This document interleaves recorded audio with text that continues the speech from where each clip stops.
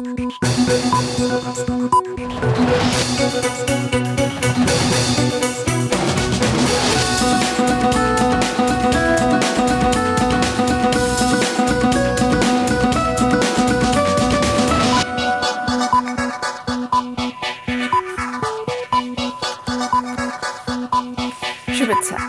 স্বাগত দুপুরের মাছরাঙা সংবাদে আপনাদের সঙ্গে আছে আমি সাবরিনা হাসনাত। শুরুতে গার্ডিয়ান লাইফ ইন্স্যুরেন্স সংবাদ শিরোনাম। ঘোষিত সময়ে নির্বাচন হবে বলেন স্বরাষ্ট্র উপদেষ্টা। যারা নির্বাচন বিরোধী কর্মকাণ্ড করছেন তারা গণতন্ত্র বিরোধী, মন্তব্য বিএনপি নেতার। গাজীপুরের কালিয়াকৈরে 52 কোটি টাকার হাইটেক রেল স্টেশনে দিনে থামে মাত্র একটি লোকাল ট্রেন, অযত্ন অবহেলায় মূল্যবান যন্ত্রপাতি নষ্ট। এবং অতিবৃষ্টি ও জলাবদ্ধতায় তলিয়ে গেছে পাবনার 3 উপজেলার নিম্নাঞ্চলের ফসল। কয়েক হাজার একর জমির সবজি নষ্ট, গোখাদ্যের তীব্র সংকট। দর্শক শুনছিলেন শিরোনাম, এবারে বিস্তারিত। প্রধান উপদেষ্টা নির্বাচনের যে সময় ঘোষণা দিয়েছেন সেই সময় নির্বাচন হবে, কেউ তা ঠেকাতে পারবে না বলেছেন স্বরাষ্ট্র উপদেষ্টা জাহাঙ্গীর আলম চৌধুরী। নিষিদ্ধ পলিথিনের বিষয়ে সকালে রাজধানীর কৃষি মার্কেটে ব্যবসায়ী এবং ক্রেতাদের সচেতনতা কার্যক্রম পরিদর্শন করেন তিনি। এরপর সাংবাদিকরা ফেব্রুয়ারিতে একটি দল নির্বাচন চায় না এই বিষয়ে জানতে চাইলে উপদেষ্টা বলেন, নির্বাচনমুখী জনগণকে পেছানোর সুযোগ নেই। কোনো এলাকায় চাঁদাবাজ থাকবে না জানিয়ে তাদের ধরতে সবার সহযোগিতা চান তিনি। পলিথিনের ব্যবহার বন্ধ করে বিকল্প হিসেবে পাটের তৈরি বাজারের ব্যাগ ব্যবহারের আহ্বান জানান উপদেষ্টা। জনগণ যেসব নির্বাচনের মুখী হয়ে যাবে কেউ এটার বাধা দিতে পারবে না। জনগণ হলো মেয়ে, রাষ্ট্রের ক্ষমতা হলো জনগণের হাতে। জনগণ যেসব চাবে আমি নির্বাচনের দিকে চলে যাব, কারো কোনো শক্তি নাই নির্বাচন বন্ধ করা। প্রধান উপদেষ্টা যেই তারিখে বলছে ওই তারিখে নির্বাচন হবে, যেই মাসে বলছে ওই মাসে নির্বাচন হবে। কে কি বললো ওইটা শোনার আমাদের কোনো দরকার নেই। একটি গোষ্ঠী নির্বাচন বানচাল করতে চায়, কিন্তু দেশের মানুষ ঐক্যবদ্ধ, তাদের এই পরিকল্পনা রুখে দেওয়া হবে বলেছেন বিএনপির স্থায়ী কমিটির সদস্য সালাউদ্দিন আহমেদ। বেগম খালেদা জিয়ার জন্মবার্ষিকী উপলক্ষে সকালে নয়াপল্টনে দলের কেন্দ্রীয় কার্যালয়ে এক আলোচনা সভায় তিনি আরও বলেন, যারা নির্বাচন বিরোধী কর্মকাণ্ড করছেন তারা গণতন্ত্রের পক্ষে শক্তি নয়। দেশে গণতন্ত্র ফিরিয়ে আনতে ফ্যাসিবাদ বিরোধী সব পক্ষকে ঐক্যবদ্ধ থাকার আহ্বান জানিয়ে তিনি বলেন, অনেক ত্যাগ আর রক্তের বিনিময়ে দেশকে নতুনভাবে সাজানোর সুযোগ এসেছে। গুটি কয়েক সুবিধাবাদী গোষ্ঠীর জন্য এটা হাতছাড়া করতে দেয়া হবে না। আজকে যারা গণতন্ত্রের বিরুদ্ধে বিভিন্ন রকমের বক্তব্যের মধ্য দিয়ে নির্বাচনের বিষয়ে শঙ্কা প্রকাশ করছে, তারা গণতন্ত্রের পক্ষের শক্তি নয়, তারা বাংলাদেশের মানুষের পক্ষের শক্তি নয়। তারা হয়তো কোনো না কোনো কারণে নিজের কথাগুলো ইনিয়ে বিনিয়ে বলছেন যাতে করে নির্বাচনকে বিলম্বিত করা যায় অথবা বানচাল করা যায় অথবা নির্বাচন অনুষ্ঠান না হোক সেটা চায়। ফেব্রুয়ারিতে নির্বাচন হওয়াটা গুরুত্বপূর্ণ এবং এ নিয়ে কোনো শঙ্কা দেখছেন না বলে মনে করেন নির্বাচন ব্যবস্থা সংস্কার কমিশনের প্রধান ডক্টর বদিউল আলম মজুমদার। সকালে এফডিসিতে ডিবেট ফর ডেমোক্রেসি আয়োজিত সুষ্ঠু নির্বাচনে নির্বাচন কমিশনের ভূমিকা নিয়ে ছায়া সংসদে সকালে তিনি আরও বলেন, সুষ্ঠু নির্বাচনের জন্য শুধু নির্বাচন কমিশনই নয়, অন্যান্য অংশীজনদেরও গুরুত্বপূর্ণ ভূমিকা রয়েছে। প্রশাসন, আইনশৃঙ্খলা বাহিনী, রাজনৈতিক দল, নাগরিক এবং গণমাধ্যম সহযোগিতা না করলে নির্বাচন সুষ্ঠু করা দুরূহ হবে। তরুণদের নিয়ে গণতান্ত্রিক ধারা প্রতিষ্ঠা করা সম্ভব বলে মনে করেন তিনি। আগামী নির্বাচনে কার্যক্রম স্থগিত থাকা আওয়ামী লীগের অংশ নেওয়ার বিষয়টি সময়ই বলে দেবে বলে মন্তব্য করেন ডক্টর মজুমদার। প্রশাসন এবং আইনশৃঙ্খলা রক্ষাকারী বাহিনী যদি সঠিক ভূমিকা পালন না করে, ইতিবাচক ভূমিকা পালন না করে, তাহলে নির্বাচন কমিশনের পক্ষে সুষ্ঠু নিরপেক্ষ নির্বাচন করাটা দুরূহ। কোনো দলীয় সরকার নয়, এটা সুষ্ঠু নিরপেক্ষ নির্বাচন করা তাদের অঙ্গীকার।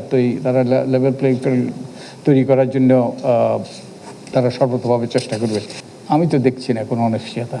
নির্বাচন হইতে হবে এবং ফেব্রুয়ারির মধ্যে নির্বাচন হওয়াটা জরুরি। আমি আশা করি তাই ঘটবে। গাজীপুরের কালিয়াকৈরে হাইটেক সিটি রেল স্টেশনে সারাদিনে থামে মাত্র একটি লোকাল ট্রেন। সুযোগ থাকলেও যোগাযোগের সেবা থেকে বঞ্চিত হচ্ছেন যাত্রীরা। অযত্ন অবহেলায় নষ্ট হতে বসেছে মূল্যবান আসবাবপত্র এবং যন্ত্রপাতি। গাজীপুর থেকে ফারদিন ফেরদৌসের পাঠানো তথ্য ছবিতে ডেস্ক রিপোর্ট। গাজীপুরের কালিয়াকৈরের হাইটেক সিটি রেল স্টেশন সৌন্দর্য, নির্মাণশৈলী আর আধুনিকতায় দেশের অন্যতম সেরা দৃষ্টিনন্দন। এই স্টেশন নির্মাণে ব্যয় হয়েছে 52 কোটি টাকারও বেশি। সাভার ও গাজীপুর শিল্পাঞ্চল কাছাকাছি হওয়ায় প্রতিদিন 10 থেকে 12 হাজার যাত্রী সেবার লক্ষ্য নিয়ে যাত্রা শুরু করলেও স্টেশনটি একেবারেই ফাঁকা পড়ে থাকে। বিপুল সংখ্যক যাত্রী থাকলেও বিশাল এই স্টেশনে সারাদিন থামে মাত্র একটি ট্রেন, তাও আবার লোকাল। সেখানে প্রতিদিন বরাদ্দ মাত্র 70 থেকে 80টা টিকিট। এখানে এত টাকা খরচ করে স্টেশন বানাইছে, এখানে একটা ট্রেনও থামে না। যদি বেশি ট্রেন থামে তাহলে একটু যাত্রীদের জন্য ভালো হইতো। এত সুন্দর একটা ভিআইপি স্টেশন, গাড়ি থামে না, এটা করে লাভটা হইল কি? বন্ধ রাখা হয়েছে ভিআইপি অংশের কার্যক্রম। অবহেলা অযত্নে নষ্ট হচ্ছে টিকিট কাউন্টার আর ভিআইপি রুমের আসবাবপত্র ও যন্ত্রাংশ। বেহাল হতে বসেছে পুরো স্টেশনটাই। এখানে স্টেশন করার মূলত মানেই হয়েছিল যে হাইটেকের জন্য এখানে ট্রেন থামবে, কিন্তু এটা আমাদের জোর দাবি সরকারের প্রতি, তাই নয় এখানে প্রত্যেকটা আন্তনগর স্টেশন ট্রেন এখানে থামে।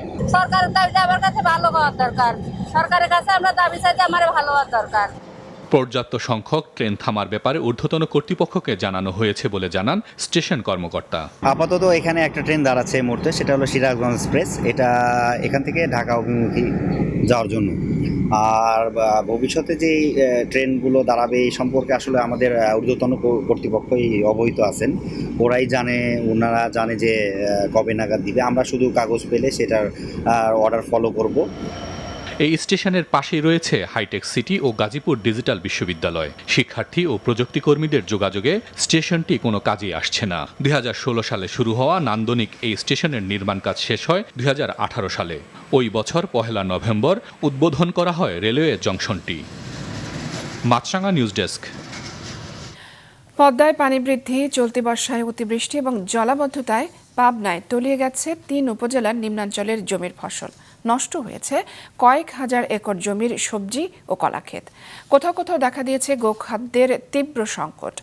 রাতুল ইসলাম সুমনের ক্যামেরায় উৎপল মির্জার রিপোর্ট। পদ্মার পানি হার্ডিন ব্রিজ পয়েন্টে বিপদসীমার 1 মিটার নিচ দিয়ে প্রবাহিত হলেও গত সপ্তাহে পানির উচ্চতা বেড়েছে 10 থেকে 15 সেন্টিমিটার, যার প্রভাবে আকস্মিক বন্যায় ইতোমধ্যেই তলিয়ে গেছে পদ্মা তীরবর্তী বিস্তীর্ণ চরাঞ্চলের ফসল। নদীর পানি বৃদ্ধি আর চলতি বর্ষায় অতিবৃষ্টিতে তলিয়ে গেছে পাবনা সদর, ঈশ্বরদী, সুজানগর উপজেলার চরাঞ্চলের অনেক ফসলি জমি। নষ্ট হয়েছে কয়েক হাজার একর জমির উঠতি ফসল সহ লাউ, চাল কুমড়া, মরিচ, করলা, ঝিঙে ক্ষেত, শত শত হেক্টর জমির কলা বাগান। কোথাও কোথাও পানি নিষ্কাশন সংকটে জলাবদ্ধতায় ডুবে গেছে বিস্তীর্ণ ধান ক্ষেত। কলার মাঠ আছে, এমনি সবজি আবাদ আছে, অনেক গৃহস্থ আমরা আছি, তাতে ধরেন সবারই আছে ক্ষতিগ্রস্ত আমরা, বুঝছেন। প্রচুর টাকা আমার ক্ষতি হয়ে গেছে এই পানি। বিগত মনে করেন 2-3 বছরে পানি দেখা যায়নি। বর্তমান অবস্থানে আমাদের প্রচুর ক্ষতি হয়েছে। মূলার ভূত পানি ঢুকেছে, চাল কুমড়ার ভূত, কলার বাগানে প্রত্যেকটা কলাও ডুবে গেছে। এদিকে পদ্মা চরের বাথান ও গো চারণভূমিগুলো পানিতে ডুবে থাকায় গবাদি পশু নিয়ে বিপাকে পড়েছে এসব প্রত্যন্ত জনপদের ক্ষুদ্র ও প্রান্তিক খামারিরা। দেখা দিয়েছে গোখাদ্যের তীব্র সংকট। এখানে তো চলে হাজার হাজার বিঘি ভূমি কুমড়া ডুবে যাচ্ছে আর কি। অনেক পানি হয়, আর একটু পানি হলে পারে সাড়ে মাথাল ডুবে যাবে। আমারই মনে করেন 5 বিঘি ভূমি ডুবে গেল। পানি বাহির হওয়ার কোনো জায়গা নাই, পথ নাই। এই কারণে আমার তরি তরকারি, কাঁচা ধান সব আমাদের পানির তলে চলে এসে আমরা কৃষকের এখন মাথায় হাত। কৃষি সম্প্রসারণ বিভাগ জানায় পাবনায় অতিবৃষ্টি ও জলাবদ্ধতার কারণে নিম্নাঞ্চলে এ পর্যন্ত প্রায় 350 হেক্টর জমির ফসল ক্ষতিগ্রস্ত হয়েছে। তবে ক্ষয়ক্ষতি নিরূপণ ও ক্ষতিগ্রস্ত কৃষকের তালিকা তৈরির কাজ করছে কৃষি বিভাগ। পদ্মার পানি অস্বাভাবিক হারে বৃদ্ধি পাচ্ছে। এই ক্ষেত্রে পাবনা সদর, ঈশ্বরদী এবং সুজানগর উপজেলায় 326 হেক্টর জমি আক্রান্ত হয়েছে। অন্যান্য ফসলের পাশাপাশি উল্লেখযোগ্য পরিমাণ শাকসবজির এলাকাও আক্রান্ত হয়েছে। এই পানি যদি সঠিক সময়ে নেমে না যায় তাহলে ক্ষতির সম্ভাবনা রয়েছে এবং সর্বদা কৃষি সম্প্রসারণ অধিদপ্তর আমরা কৃষকের পাশে রয়েছি। তবে বন্যা, বর্ষা বা জলাবদ্ধতা দীর্ঘস্থায়ী হলে ক্ষতির মাত্রা আরও বাড়তে পারে বলে আশঙ্কা কৃষি কর্মকর্তাদের।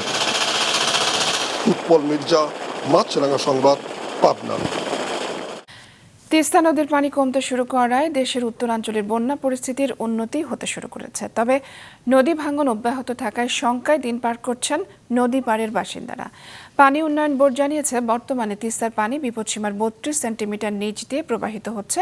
এতে লোকালয় থেকে পানি নামতে শুরু করেছে। তবে তিস্তার ভাঙন রোধে স্থায়ী বাঁধের দাবি স্থানীয়দের। পদ্মার পানি বাড়ায় রাজবাড়ীতে নদী তীরবর্তী সদর, বালিয়াকান্দি, কালুখালী ও গোয়ালন্দ এই 4 উপজেলার প্রায় 15টি ইউনিয়নে নতুন এলাকা প্লাবিত হচ্ছে। তীব্র স্রোতে গাইবান্ধায় তিস্তা, যমুনা, ব্রহ্মপুত্র, করতোয়া, কাটাখালী তীরে ব্যাপক ভাঙন শুরু হয়েছে। এরই মধ্যে বিলীন হয়ে গেছে 3 শতাধিক ঘরবাড়ি ও আবাদি জমি। এদিকে বৃষ্টি কমে আসায় যশোর ও নোয়াখালীতে জলাবদ্ধ পরিস্থিতির উন্নতি হয়েছে। শ্রীকৃষ্ণের জন্মতিথি ও শুভ জন্মাষ্টমী আজ। ধর্মীয় ভাবগাম্ভীর্য এবং আনন্দ উৎসবের মধ্য দিয়ে দিনটি উদযাপন করছেন দেশের সনাতন ধর্মানুসারীরা। জন্মাষ্টমী উপলক্ষে তাদের শুভেচ্ছা এবং অভিনন্দন জানিয়েছেন অন্তর্বর্তী সরকারের প্রধান উপদেষ্টা অধ্যাপক মোহাম্মদ ইউনূস। ঢাকেশ্বরী জাতীয় মন্দিরে সকাল 8টায় দেশ জাতির মঙ্গল কামনায় গীতাযজ্ঞ অনুষ্ঠিত হয়। বিকেল 3টায় কেন্দ্রীয় জন্মাষ্টমী মিছিল এবং রাতে শ্রীকৃষ্ণ পূজা অনুষ্ঠিত হবে। ব্রাহ্মণবাড়িয়ায় আনন্দমুখর পরিবেশে শ্রীকৃষ্ণের জন্মাষ্টমী পালিত হচ্ছে। এ উপলক্ষে সকালে ময়মনসিংহ নগরীর দুর্গাবাড়ি মন্দির থেকে বর্ণাঢ্য শোভাযাত্রা বের করা হয়। শোভাযাত্রাটি নগরীর প্রধান সড়ক প্রদক্ষিণ করে পুনরায় মন্দিরে গিয়ে শেষ হয়। পূজা অর্চনা, শোভাযাত্রা এবং আলোচনা সভার মধ্য দিয়ে মানিকগঞ্জে পালিত হচ্ছে শ্রীকৃষ্ণের জন্মদিন। খুলনার রূপসাঘাটে কৃষি ব্যাংকের শাখায় ভল্ট ভেঙে প্রায় 16 লাখ টাকা লুটের ঘটনা ঘটেছে। শুক্রবার রাত 10:30টার পর এই ঘটনা জানাজানি হয়।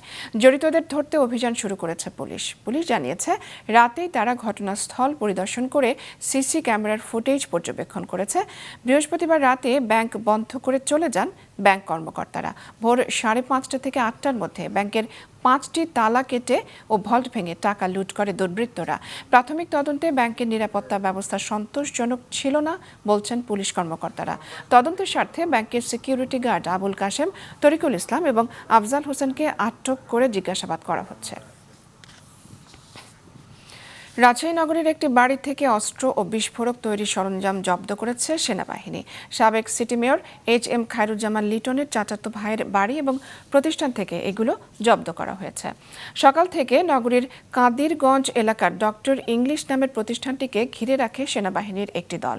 এরপর ওই প্রতিষ্ঠানে অভিযান চালিয়ে 2টি বিদেশি এয়ারগান, একটি রিভলভার সহ বেশ কিছু দেশীয় অস্ত্র এবং GPS, ওয়াকিটকি, সিম কার্ড, বাইনোকুলার বিস্ফোরক তৈরি সরঞ্জাম জব্দ করা হয়। এছাড়াও বেশ কয়েকটি passport, NID, monitor, computer, scanner এবং মদের বোতল জব্দ করা হয়। এ সম্পর্কে শীঘ্রই আনুষ্ঠানিক বিবৃতি দেওয়া হবে বলে জানিয়েছে সেনাবাহিনী। সিলেটে সাদা পাথর লুটের ঘটনায় আরও 5 জনকে গ্রেফতার করেছে কোম্পানিগঞ্জ থানা পুলিশ। এ নিয়ে ওই ঘটনায় গ্রেফতার দাঁড়ালো 6 জনে। রাতভর অভিযান পরিচালনা করে উপজেলার বিভিন্ন স্থান থেকে তাদের গ্রেফতার করা হয়।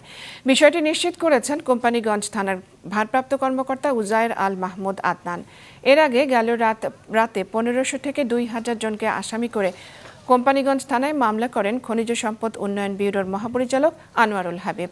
গত 3 দিন অভিযান চালিয়ে লুট হওয়া প্রায় 1 লক্ষ ঘনফুট পাথর জব্দ করেছে প্রশাসন। এই অভিযান অনির্দিষ্টকাল চলবে বলে জানিয়েছে তারা। জ্বালানি তেল সরবরাহে নতুন যুগে প্রবেশ করল বাংলাদেশ। আনুষ্ঠানিকভাবে শুরু হয়েছে চট্টগ্রাম থেকে পাইপলাইনের মাধ্যমে ঢাকায় জ্বালানি তেল সরবরাহ। সকালে চট্টগ্রামের পতেঙ্গায় প্রকল্পটি উদ্বোধন করেন বিদ্যুৎ, জ্বালানি ও খনিজ সম্পদ মন্ত্রণালয়ের উপদেষ্টা মোহাম্মদ ফাউজুল কবির খান। পরে তিনি প্রকল্প স্থানে বৃক্ষরোপণ করেন। প্রকল্পটির মাধ্যমে পাইপলাইনে চট্টগ্রাম থেকে ঢাকায় বছরে 27 লাখ টন ডিজেল সরবরাহ করা যাবে। চলতি বছরের 22 জুন পাইপলাইন দিয়ে পরীক্ষামূলকভাবে ডিজেল সরবরাহ শুরু হয়। এই প্রকল্পের মাধ্যমে স্বল্প সময়ে দ্রুত গতিতে তেল পরিবহন করার পাশাপাশি পরিবেশ দূষণ এবং সিস্টেম লস রোধ করা সম্ভব হবে। চট্টগ্রাম শহরের বাকুলিয়া এক্সেস রোডে ঝুটের গুদাম এবং একটি প্লাস্টিক কারখানায় ভয়াবহ অগ্নিকাণ্ডের ঘটনা ঘটেছে। আগুন ছড়িয়ে পড়ে আশেপাশের কয়েকটি বসত বাড়িতে। গেল রাত 2টায় অগ্নিকাণ্ডের সূত্রপাত হয় বলে জানিয়েছে ফায়ার সার্ভিস। ফায়ার সার্ভিসের 9টি ইউনিট কাজ করে রাত 4:45 আগুন নিয়ন্ত্রণে আনে। প্রত্যক্ষদর্শী এবং স্থানীয়রা জানায়, এক্সেস রোডের মুখে আহাদ কনভেনশন হলের পাশে রাতে প্রথমে ঝুটের গুদামে আগুন লাগে। এরপর পাশের প্লাস্টিক কারখানা এবং কয়েকটি বসত বাড়িতে আগুন ছড়িয়ে পড়ে। আগুনের সূত্রপাত এবং ক্ষয়ক্ষতির পরিমাণ তদন্ত সাপেক্ষে বলা যাবে বলে জানিয়েছে ফায়ার সার্ভিস। চাঁপাইনবাবগঞ্জের গোমস্তাপুরে একটি মাদ্রাসার আবাসিকে হঠাৎ অসুস্থ হয়ে পড়া 2 শিশুকে হাসপাতালে ভর্তির পর চিকিৎসাধীন অবস্থায় মারা গেছে। ভোর 4:30টার দিকে গোমস্তাপুর উপজেলা স্বাস্থ্য কমপ্লেক্সে তাদের মৃত্যু হয়। স্থানীয়রা জানায়, উপজেলার ডুবার মোড় এলাকায় শেফালী বেগম মহিলা নুরানি হাফিজিয়া মাদ্রাসার আবাসিক শিক্ষার্থী তানিয়া ও জামিলা হঠাৎ অসুস্থ হয়ে পড়ে। এ সময় মাদ্রাসার লোকজন ও স্থানীয়রা তাদেরকে গোমস্তাপুর উপজেলা স্বাস্থ্য কমপ্লেক্সে নিয়ে যায়। পরে কর্তব্যরত চিকিৎসকরা তাদের মৃত ঘোষণা করে। মরদেহ দুটি ময়না তদন্তের জন্য 250 শয্যা বিশিষ্ট চাঁপাইনবাবগঞ্জ জেলা হাসপাতালে নেওয়া হবে বলে জানিয়েছেন গোমস্তাপুর থানার ওসি ওয়াদুদ আলম। এবারে আন্তর্জাতিক। ইউক্রেন যুদ্ধ বন্ধে আলাস্কায় রুশ প্রেসিডেন্ট ভ্লাদিমির পুতিনের সঙ্গে প্রায় 3 ঘন্টার বৈঠকের পর যুক্তরাষ্ট্রের প্রেসিডেন্ট ডোনাল্ড ট্রাম্প বলেছেন, কোনো চুক্তি না হলেও বৈঠক ফলপ্রসূ হয়েছে, তবে এখনও কিছু বিষয়ে মীমাংসা বাকি। যুক্তরাষ্ট্রের প্রেসিডেন্ট ডোনাল্ড ট্রাম্পের সঙ্গে বৈঠক করতে আলাস্কায় পৌঁছালে রাশিয়ার প্রেসিডেন্ট ভ্লাদিমির পুতিনকে লাল গালিচার সংবর্ধনা দেওয়া হয়। মূলত ইউক্রেন যুদ্ধ বন্ধের উপায় অনুসন্ধানেই এ বৈঠক। দীর্ঘ বৈঠক শেষে যৌথ সংবাদ সম্মেলনে এ কথাই বলেন ট্রাম্প। তিনি বলেন, বৈঠক অত্যন্ত কার্যকর হয়েছে, তবে এখনো কিছু বিষয়ে মীমাংসা বাকি। We really made some great progress today. I've always had a fantastic relationship with President Putin.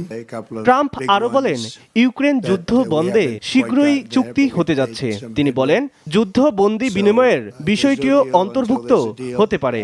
তিনি এখনো ইউক্রেনের প্রেসিডেন্ট ভলোদিমির জেলেনস্কি ও নেটো মিত্রদের সঙ্গে কথা বলবেন। চুক্তি শেষ পর্যন্ত তাদের উপর নির্ভর করবে ও তাদের সম্মত হতে হবে, জানান Trump. I believe we had a very productive meeting. There were many points that we agreed on. যৌথ সংবাদ সম্মেলনে প্রেসিডেন্ট পুতিন বলেন, ইউক্রেন যুদ্ধ বন্ধের বিষয়ে তিনিও আন্তরিকভাবে আগ্রহী। আলোচনার কেন্দ্রে ইউক্রেন সংঘাত ছিল জানিয়ে রুশ প্রেসিডেন্ট বলেন, একটি স্থায়ী ও দীর্ঘমেয়াদী সমাধানের জন্য সংঘাতের মূল কারণগুলো নিরসন করতে হবে। তবে মূল কারণগুলো বলতে তিনি কি বুঝিয়েছেন তার বিস্তারিত উল্লেখ করেননি। এই যুদ্ধ একটি ট্র্যাজেডি। এটি বন্ধের জন্য উভয় পক্ষকেই ফলাফল কেন্দ্রিক হওয়া উচিত। কিন্তু রাশিয়া ইউক্রেন যুদ্ধবিরতি বা এ যুদ্ধ বন্ধের চুক্তি নিয়ে সুনির্দিষ্ট কোনো ঘোষণা আসেনি। যৌথ সংবাদ সম্মেলন শেষে পুতিনকে ধন্যবাদ জানান ট্রাম্প। আর দ্বিতীয় দফা বৈঠকের জন্য ট্রাম্পকে মস্কোয় আমন্ত্রণ জানান পুতিন। মাছরাঙ্গা নিউজ ডেস্ক। দুপুরের সংবাদ শেষ করছি, যাবার আগে গার্ডিয়ান লাইফ ইন্স্যুরেন্স সংবাদ শিরোনামগুলো জানিয়ে দিচ্ছি আরও একবার। ঘোষিত সময়ে নির্বাচন হবে বলেন স্বরাষ্ট্র উপদেষ্টা। যারা নির্বাচন বিরোধী কর্মকাণ্ড করছেন তারা গণতন্ত্র বিরোধী, মন্তব্য বিএনপি নেতার। গাজীপুরের কালিয়াকৈরে 52 কোটি টাকার হাইটেক রেল স্টেশনের দিনে থামে মাত্র একটি লোকাল ট্রেন, অযত্ন অবহেলায় মূল্যবান যন্ত্রপাতি নষ্ট। এবং অতিবৃষ্টি ও জলাবদ্ধতায় তলিয়ে গেছে পাবনার 3 উপজেলার নিম্নাঞ্চলের ফসল, কয়েক হাজার একর জমি সবজি নষ্ট, গোখাদ্যের তীব্র সংকট। এই ছিল এখনকার মতো। ফেসবুকে আপডেট পেতে ভিজিট করুন মাছরাঙা টেলিভিশনের পেজে, ইউটিউব চ্যানেলেও দেখতে পারেন আমাদের সংবাদ, প্রতিবেদন এবং অনুষ্ঠান। আমাদের পরবর্তী সংবাদ বিকেল 5টায় দেখার